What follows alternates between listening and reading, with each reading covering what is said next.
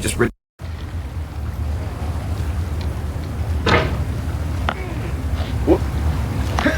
There's no feeling more intense than starting over.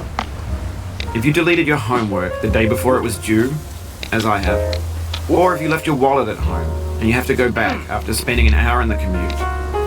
If you won some money at the casino and then put all your winnings on red but it came up black. If you got your best shirt dry cleaned before a wedding and then immediately dropped food on it. If you won an argument with a friend and then later discovered that they just returned to their original view. Starting over is harder than starting up. If you're not ready for that, like if you've already had a bad day, then what you're about to go through might be too much. Feel free to go away and come back. I'll be here. Alright, thanks for coming with me on this trip. I'll understand if you have to take a break at any point. Just find a safe place to stop and quit the game. Don't worry, I'll save your progress, always, even your mistakes. This game is a homage to a free game that came out in 2002, titled Sexy Hiking.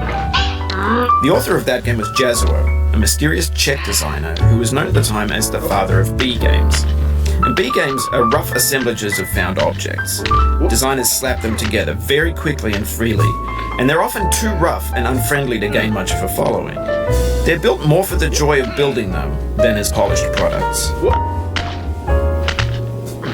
In a certain way, Sexy Hiking is the perfect embodiment of a B game. It's built almost entirely out of found and recycled parts, and it's one of the most unusual and unfriendly games of its time.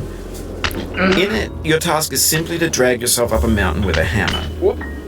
That act of climbing, in the digital world or in real life, has certain essential properties that give the game its flavor. No amount of forward progress is guaranteed. Some cliffs are too sheer or too slippery. And the player is constantly, unremittingly in danger of falling and losing everything. Anyway, when you start Sexy Hiking, you're standing next to this dead tree that blocks the way to the entire rest of the game. It might take you an hour to get over that tree, and a lot of people never got past it. You prod and you poke at it, exploring the limits of your reach and your strength, trying to find a way up and over. And there's a sense of truth in that lack of compromise. Most obstacles in video game worlds are fake. You can be completely confident in your ability to get through them once you have the correct method or the correct equipment or just by spending enough time. In that sense, every pixelated obstacle in Sexy Hiking is real. The obstacles in Sexy Hiking are unyielding, and that makes the game uniquely frustrating. But I'm not sure Jazuo intended to make a frustrating game. The frustration is just essential to the act of climbing, and it's authentic to the process of building a game about climbing. A funny thing happened to me as I was building this mountain.